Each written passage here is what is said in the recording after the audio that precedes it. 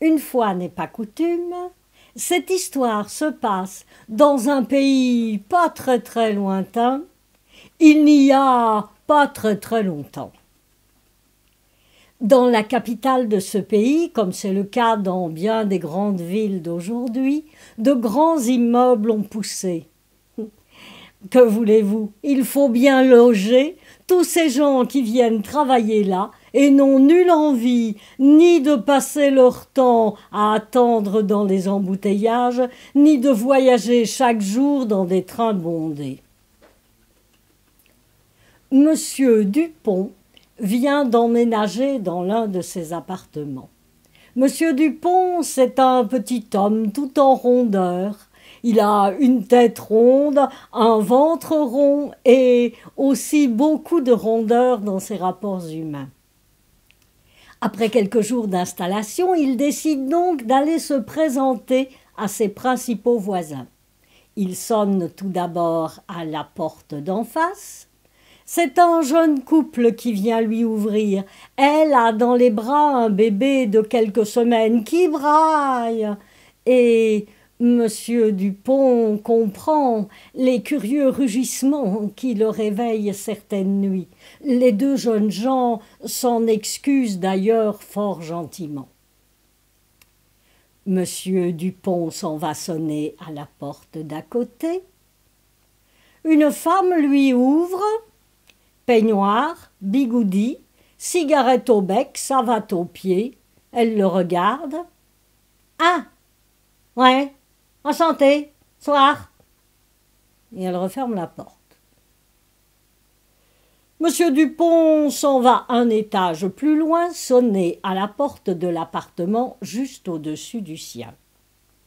Là, c'est un jeune homme hirsute, avec une barbe de 3-4 jours, il est vêtu d'un cinglé, de jeans déchirés, il porte lui aussi des savates, ça doit être une mode dans l'immeuble, il faudra peut-être qu'il y pense. Et cet homme a en bandoulière une guitare électrique. Ah. C'est donc lui qui fait parfois concurrence au bébé. D'accord.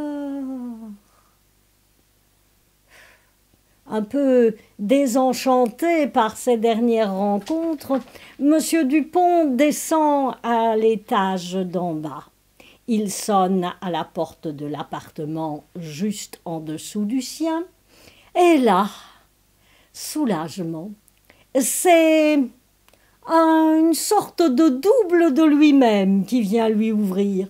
Un petit homme rondouillard, peut-être un peu plus chauve que lui, avec la chemise déboutonnée, la cravate un peu pendante, mais pour le reste il porte de fort belles charentaises et a l'air très soigné. De plus, il arbore un sourire jovial. « Bonsoir, monsieur, que puis-je pour vous ?» Bonsoir, monsieur. Je me présente, monsieur Dupont.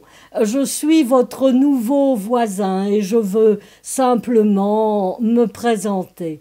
Ah, mais comme c'est aimable à vous. Mais entrez donc, cher voisin, installez-vous. Puis-je vous servir un verre de Porto? Je pensais justement en prendre un moi-même.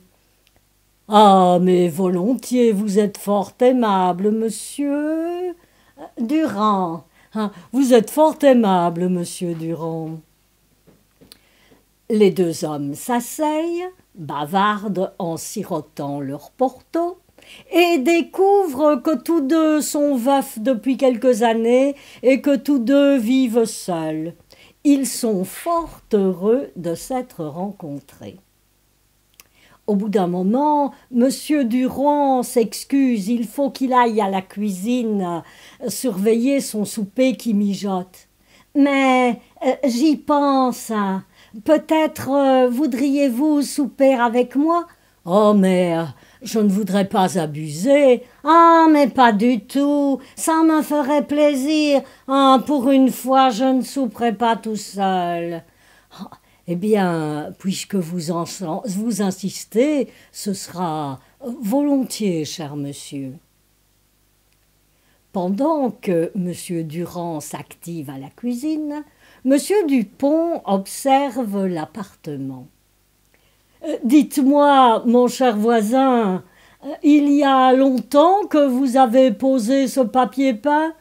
Ah non, il y a tout au plus 6 mois. Il vous plaît? Oh oui, oui, oui, beaucoup, beaucoup, beaucoup de goût. Ah mais si vous voulez, je peux vous donner le nom et l'adresse du magasin, peut-être leur en reste-t-il. Oh, mais vous êtes décidément fort aimable. Et dites-moi, puisque nos appartements sont semblables, peut-être auriez-vous aussi la gentillesse de me dire combien de rouleaux vous avez achetés? Ah, mais bien sûr, j'en ai acheté 18, mon cher monsieur. Ah, fort bien, fort bien. Le souper se passe fort bien, Monsieur Durand est un cordon bleu, il sait choisir son vin, d'autant plus, la soirée est donc magnifique, et les deux hommes se quittent enchantés, absolument convaincus qu'ils doivent se revoir d'ici peu. Le lendemain, Monsieur Dupont profite d'une semaine de congé après son déménagement et il va donc droit à la boutique. Il achète 18 rouleaux de papier peint et dès son retour, il se met au travail. Au bout de 2 ou 3 jours, le travail est terminé et il reste à Monsieur Dupont, fort surpris, 6 rouleaux. Fin de la semaine, c'est lui qui reçoit Monsieur Durand. L'homme entre, Monsieur Dupont serre le porto, les deux hommes s'asseyent, Monsieur Durand regarde autour de lui. Ah, mais je vois qu'il restait du papier peint. Vous avez fort bien travaillé, Monsieur Dupont. Tout cela est fort bien fait. Oui, je suis assez satisfait, mais un peu surpris.